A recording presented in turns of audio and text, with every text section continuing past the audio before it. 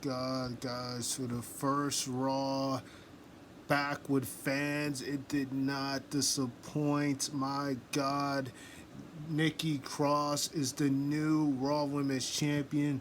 Goldberg is back, setting his sights on Bobby Lashley for the WWE Championship at SummerSlam. John Cena actually kicks off the night to admit that he came back specifically to challenge Roman Reigns for the Universal title at SummerSlam, and he even dissed Roman Reigns in a really crazy way.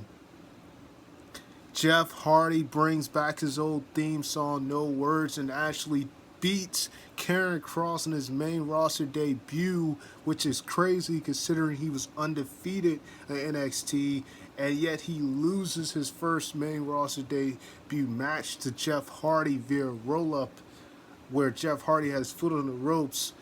Oh my God, what a night. Keith Lee finally comes back after being gone since February for medical reasons and personal reasons.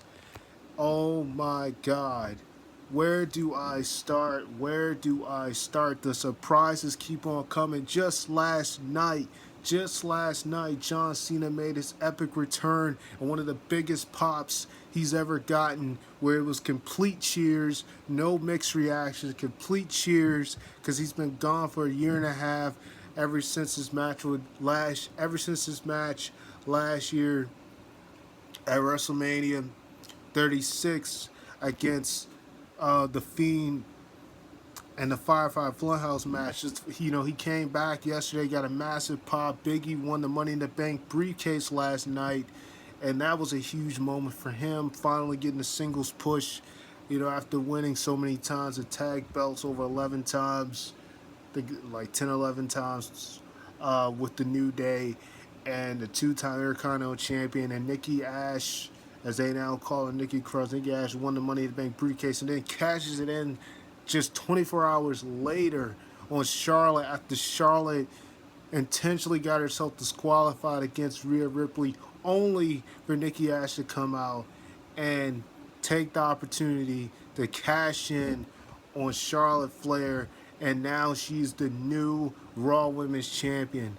Oh my God, this is absolutely insane. I mean, wow, man. Oh man, Goldberg is back, and of course you don't expect a match with him and Bobby to be very long, but just the fact that he's back, this is another spear versus spear opportunity. We just seen that with Edge and Roman last night, but yet another spear versus spear after Bobby Lashley successfully defeated Keith Lee via his return, partly in his hometown, where he finally made his return and had an epic match with Bobby. This is actually the second match they've had against each other since their match, like right before, I think it was right before Survivor Series last year, they had a match, and Bobby lost by DQ because MVP came out and attacked Keith Lee. This is back when the Hurt Business was still a thing, and this is only their second encounter, and Bobby actually won. It took him 2 spears to do it, but he managed to win, and Goldberg came out and told him that he's next, setting his sights on Bobby. Oh my God, man.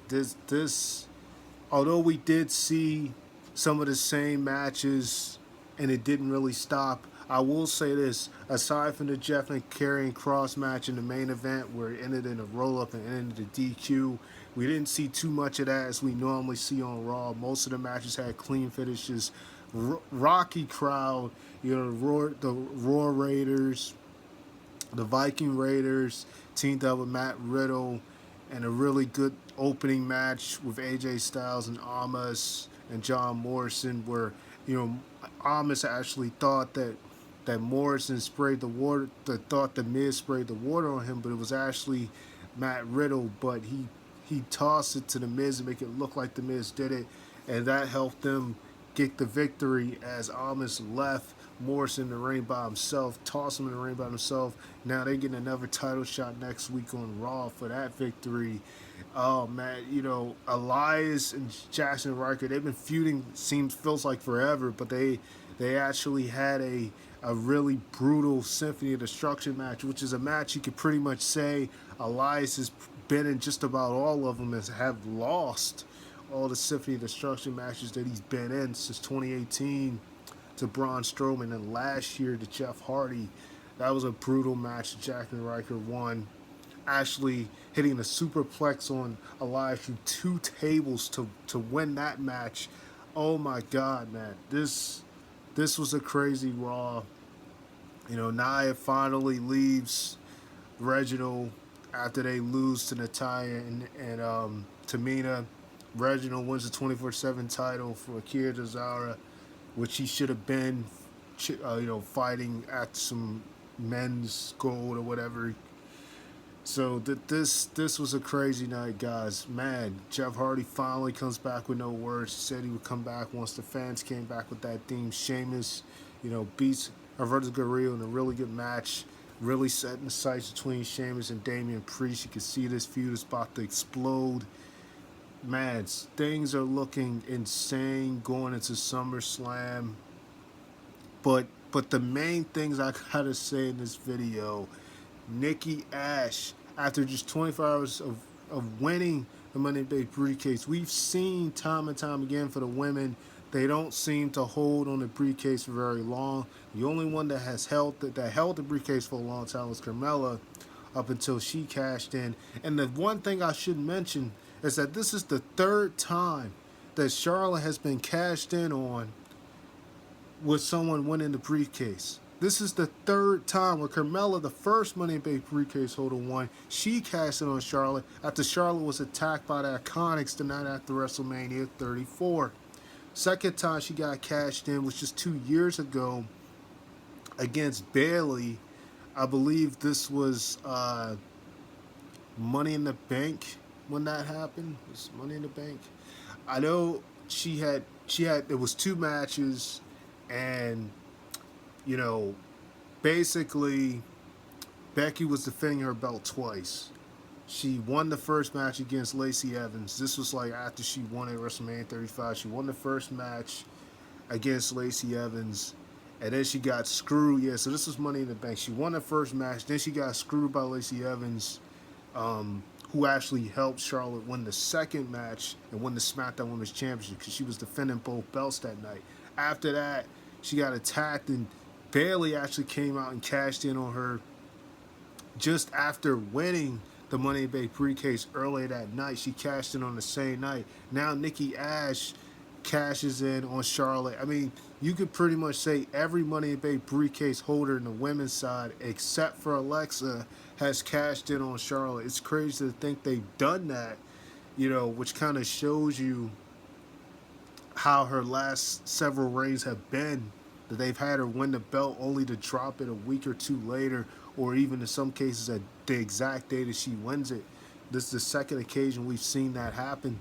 So man, this is crazy.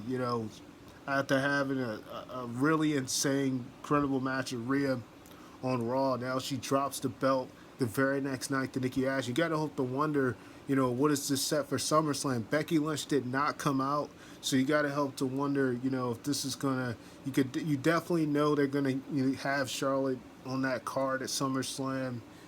Take it she'll probably set her sights on a rematch with Nikki Ash at SummerSlam, maybe a triple threat with Rhea involved, or maybe we'll see Becky finally come back at SummerSlam when the match is over. I mean, it's all these different possibilities because we've already got 2 massive matches already set up for SummerSlam. Actually 3, but on the Raw side of things, we're looking at Goldberg and Bobby. We're looking at we could also be looking at Jinder and Drew. That's not a big match, but it's something they're probably going to set up, especially with their little rivalry going on. SmackDown, John Cena, Roman Reigns, Edge, and Seth Rollins. So that this is definitely going to be a really massive show. But for the women, you definitely got to hope to wonder how they're going to do this. It's going to be a triple threat. It's going to be a singles match. Maybe Becky might get into the picture finally. Maybe she might show up after SummerSlam. There's all these different possibilities. And tonight really kind of raised the question with Nikki Ash finally winning a singles championship already a former 2 times women's champion with Alexa Bliss, and after all the times that she failed the SmackDown Women's title opportunity last year against Bayley, she finally wins the Women's Championship, but instead it's the Raw one as she's been on Raw. What a way for her to get this opportunity. And I tell you, they don't waste any time on these women cash-ins.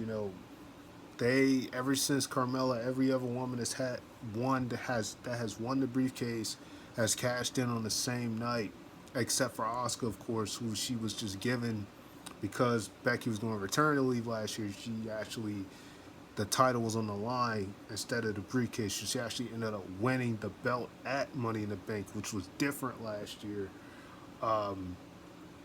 But we've seen this time and time again. They don't waste any time, and now that is a massive thing for her. Oh my goodness, guys. I don't even know where to begin.